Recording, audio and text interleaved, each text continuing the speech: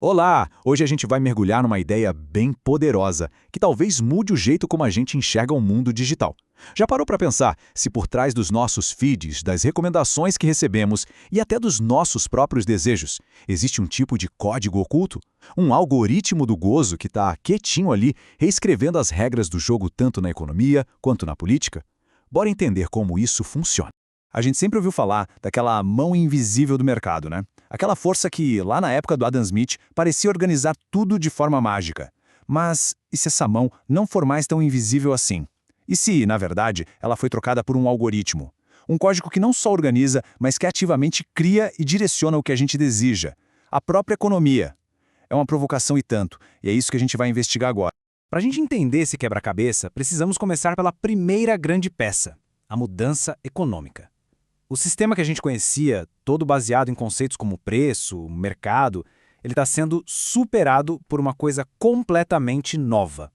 Uma coisa com uma lógica própria e, muitas vezes, invisível aos nossos olhos. Olha, aqui a diferença fica muito clara. No capitalismo clássico, o valor vinha do trabalho e os preços no mercado guiavam as coisas. Era relativamente simples. Agora, no capitalismo de plataforma, a moeda de troca é outra. O verdadeiro valor é a nossa atenção.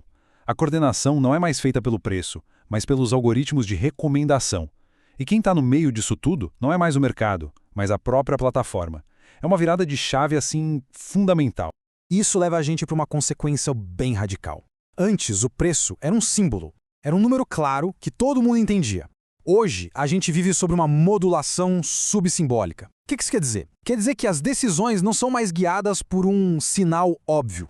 Em vez disso, a gente é sutilmente influenciado por um ambiente digital todo moldado por rankings, por feeds, por sugestões que operam abaixo da nossa percepção consciente. Certo. Então, como as empresas ganham dinheiro nesse cenário novo? A resposta está num conceito central, a renda algorítmica. E olha, isso vai muito além de simplesmente vender um produto ou serviço. O ponto crucial é este aqui. As plataformas tipo Google, Meta, TikTok, elas não estão só vendendo anúncio. O negócio de verdade delas é controlar a infraestrutura do desejo. Pensa nisso. Elas criaram e agora gerenciam os canais por onde os nossos impulsos, nossas curiosidades, fluem. E por controlar esses canais, elas extraem valor. É como se cobrassem um aluguel sobre os nossos próprios desejos. E o combustível para essa máquina toda são os nossos dados. Mas atenção, os dados aqui não são como o petróleo, uma mercadoria comum. Eles são três coisas ao mesmo tempo. São a matéria-prima que treina os algoritmos, são um direito que a gente cede lá nos termos de serviço e, o mais importante, são um ativo inferencial. Isso significa que os dados permitem que as plataformas não só saibam o que a gente fez, mas que elas consigam prever e até fabricar o que a gente vai fazer em seguida. O resultado final de toda essa transformação é profundo. A ideia de mercado como a gente conhecia, aquele lugar onde desejos que já existiam se encontravam, está morrendo.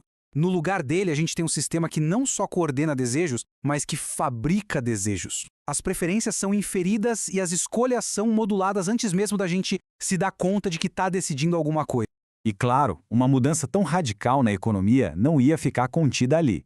Ela transborda, e transborda direto para a arena política, criando um jeito de exercer poder que é completamente novo. A diferença é gritante. O poder clássico, o poder do Estado, por exemplo, ele era reativo. Proibia, punia, disciplinava depois que a ação já tinha acontecido. O poder algorítmico, por outro lado, ele é proativo. Ele não espera acontecer. Ele antecipa, ele modula, ele direciona o comportamento para que a tal da infração nem chegue a ocorrer. É uma mudança de reprimir para prevenir, de punir para guiar. E aqui está o segredo da eficiência dele. Esse poder não força a gente a escolher A em vez de B. Não é assim que funciona. Ele projeta o ambiente ao nosso redor, o que a gente vê primeiro, as opções que são apresentadas, a facilidade de seguir um caminho em vez de outro, para que a escolha que o sistema quer se torne a mais provável, quase inevitável. É o que se chama de governo por design. E essa forma de governo por design leva a gente para um território ainda mais fundo, mais sutil. Uma política que opera abaixo do nosso radar, abaixo do nível da consciência.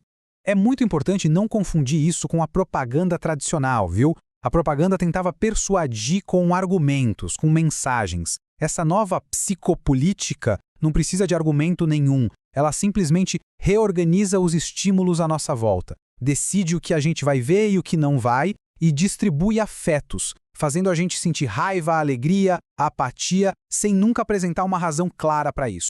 E agora a gente chega no clímax dessa análise, no conceito talvez mais provocador de todos.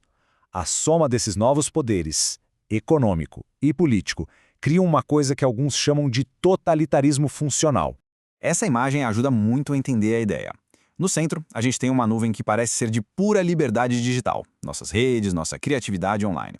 Mas essa suposta liberdade só existe dentro de uma casca de não liberdade, uma infraestrutura técnica super rígida, com condições de trabalho precárias e princípios de controle que sustentam tudo isso e que, bom, não são nada livres.